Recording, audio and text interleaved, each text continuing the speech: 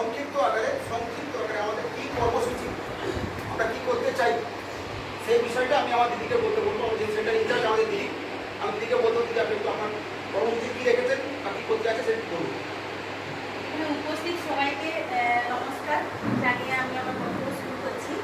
তো আগেই শুনে নিয়েছেন, দাদা বলে দিয়েছেন যে এটা হচ্ছে সিএফএল সেক্টর। এখানে ব্যাংকের বিষয়ে সবাইকে সতর্ক করা হবে, আর্থিক সচেতনতা প্লাস তার সঙ্গে সচেতনতা আর আর্থিক সাক্ষরতা, এই বিষয়ে হচ্ছে আমরা গ্রামে গ্রামে গিয়ে সবাইকে জমায়েত করে কোথাও 15 জন কোথাও 20 জন এরকম যেখানে যেরকম হবে তাদেরকে নিয়ে আমরা সচেতন করবো এবং আর্থিক সাক্ষরতা সম্পর্কে আমরা জানাবো। কারণ এখন এত পরিমাণে ফ্রড হচ্ছে, তো সবাই বুঝতে পারছে। দেখবে অনেক সময় ব্যাংক থেকে বলবে যে ব্যাংক থেকে নয়, কিন্তু ফোন করে বলছে যে ব্যাংক থেকে বলছি আপনার ফোনে আপনার অ্যাকাউন্টটা বন্ধ হয়ে যাবে, একটা ওটিপি পাঠাচ্ছি, 10 মিনিটের মধ্যে ওই ওটিপিটা দিই, তাহলে কিন্তু আপনার অ্যাকাউন্ট হচ্ছে যে বন্ধ হয়ে যাবে। তো আমরা সাধারণত অনেকের অ্যাকাউন্টে অনেক পরিমাণে টাকা থাকে, আবার কারণ থাকেও না, কিন্তু থাকতেও তো পারে বেশি, তো আমরা ভয় পেয়ে যাই। যদি অ্যাকাউন্টটা বন্ধ হয়ে যায় আমাদের কিন্তু টাকাগুলো তুলতে নাও পারবো, অনেক সমস্যায় পড়তে হবে।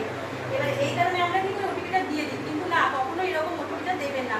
কারণ আমাদের ব্যাংকের যাবতীয় সমস্যা হলে আমরা প্রথমে কিন্তু ব্যাংকে গিয়ে ম্যানেজারের সাথে বা আর যে স্টাফরা থাকে তাদের সাথে আলোচনা করবো। কোনোদিন এভাবে অনেক কেউ যদি ব্যাংকের ওটিপি চায় কোনোদিনও দেবে না। আর এই ফ্রডটা কিন্তু আমাদের প্রত্যেকের এখন অনেকেই জেনে গেছে।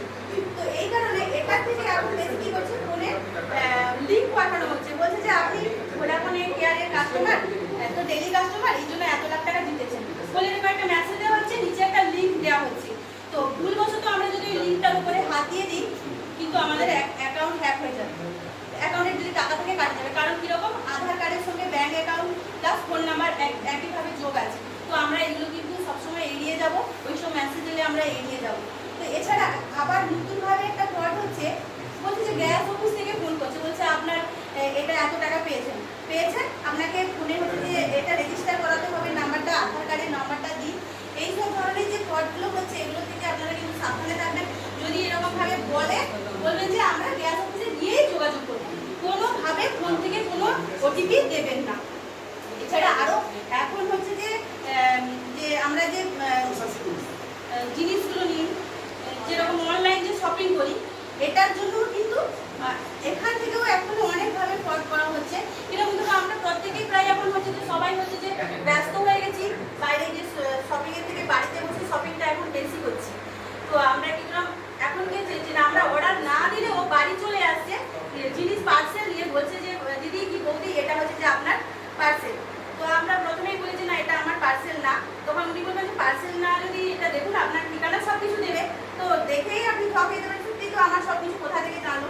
তো আমি দিই বললে বলছে ঠিক আছে, এটা কিন্তু রিটার্ন করতে হবে, রিটার্ন করার জন্য আপনাকে হচ্ছে যে আপনার ফোনে একটা ওটিপি পাঠাবো, এটা দিই। কিন্তু ওটা মানে ঘুরে ফিরে সেই ফোন থেকে ওটিপি নেওয়াই হচ্ছে তাদের উদ্দেশ্য, একটাই উদ্দেশ্য, ওই ব্যাংক থেকে টাকা তোলা, ওই হ্যাক করা, এটাই। তো এই জন্য এরকমও যদি আসে, যদি আপনারা মানে নিজে থেকেই জানেন যে আমি পার্সেলটা অর্ডার করিনি, তো কোনোভাবেই আমরা এটা ওটিপি দেবো না আর ক্যান্সেলও করবো না।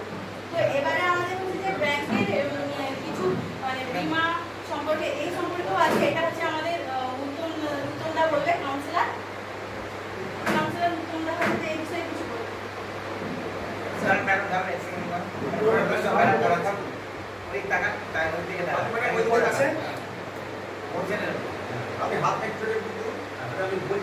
হ্যাঁ, তো আমরা হচ্ছে যে সারা প্রত্যেক দিনই বাচ্চাদের পেছনে তো 20-30 টাকার আরো বেশি খরচ হয়ে যায়।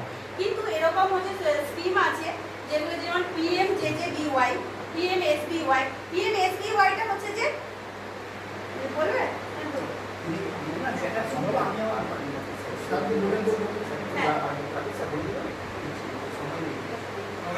আমাদের এলিও স্যার কিছু বলবে।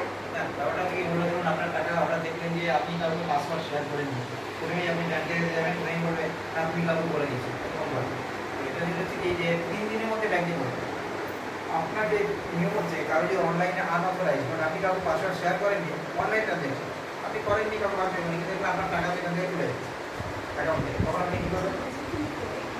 তখন আপনি 3 দিনের মধ্যে ব্যাংকে যাবেন, তাহলে আপনার কোনো দায়িত্ব নেই। আর আপনি পাসওয়ার্ড শেয়ার করেছেন কিনা সেটা দায়িত্ব প্রমাণ করাটা ব্যাংকে। আর 3 থেকে ওয়ার্কিং ডে, ধরুন সামনে শনি রবি ছুটি, তখন ব্যাংকে যেতে পারেন 3 দিনের মধ্যে করবেন। ছুটির দিন ধরুন মহালয়ের পরের দিন হচ্ছে বারো দিন, তারপরে 8 দিন ছুটি, কিন্তু তার সেটা ধন্য করা হবে না। কত দিনে ওয়ার্কিং ডে মানে যদি ব্যাংক খোলা আছে তার মধ্যে ব্যাংকে বলবেন অনুমতি যেরকম হয়ে থাকে। আর তখন 4 থেকে 7 দিনের মধ্যে যদি আপনি বলেন 3 দিনের মধ্যে না বলতে পারেন মার্কেটে, তাহলে আপনার দায়িত্ব জন্মায়। এমনি যাদের জিরো ব্যালেন্স অ্যাকাউন্ট আছে বা পিএনজি বা বিএসসি দিয়ে জিরো ব্যালেন্স অ্যাকাউন্ট থাকে, তাহলে সেখানে আপনার দায়িত্ব 5 হাজার, নর্মাল ক্ষেত্রে 10 হাজার। আর যাদের ক্রেডিট কার্ড বা যাদের দায়িত্ব মানে আরও বেশি থাকে, যে 5 লাখের বেশি ক্রেডিট কার্ডে লিমিট পারবো, তাহলে 25,000। সুতরাং এইসব আর যদি 7 দিনের মধ্যেও না বলতে পারেন ব্যাংকে গিয়ে, তাহলে কি হবে আপনার সেই ব্যাংক বুঝবে আপনি দেখবেন এই টাকা কিন্তু মনে করে যখন এরকম পাবেন সঙ্গে সঙ্গে ব্যাংকে গিয়ে জানাবেন। আর যদি ব্যাংক ম্যানেজার কিছু বলে যে আমি তুমি 5 মধ্যে রেজিস্ট্রি করে ছাড়বেন, মানে পুরো পোস্টে ডিস্ট্রিক্ট করে দিন যেদিন আমি জানতে পারবো। কারণ ধরুন আপনার এরকম টাকা নিয়ে গেল আজকে, বললো 2 দিন পর আপনার এসএমএস আসতে হবে, আপনি ব্যাংকে জানবেন সেদিন আপনি জানবেন, হয়তো 5 মাস 6 মাস 3 মাস পরে যাবেন, তখন আপনি জানবেন। আবার ব্যাপারটা কি ধরুন জানলেন, যখন মাঝে মাঝে অ্যাকাউন্টে কাজ করবেন, এটা কি হবে আমাদের কেউ দেখবেন 10 বছর কোনো ব্যাংকে অ্যাকাউন্ট করে না, মানে কোনো কাজই করে না, বাবা মারা গেছে 10 বছর ধরে যান না, এরকম আছে। তখন সেই টাকাগুলো মানে ডিএ ফান্ডে চলে যায়।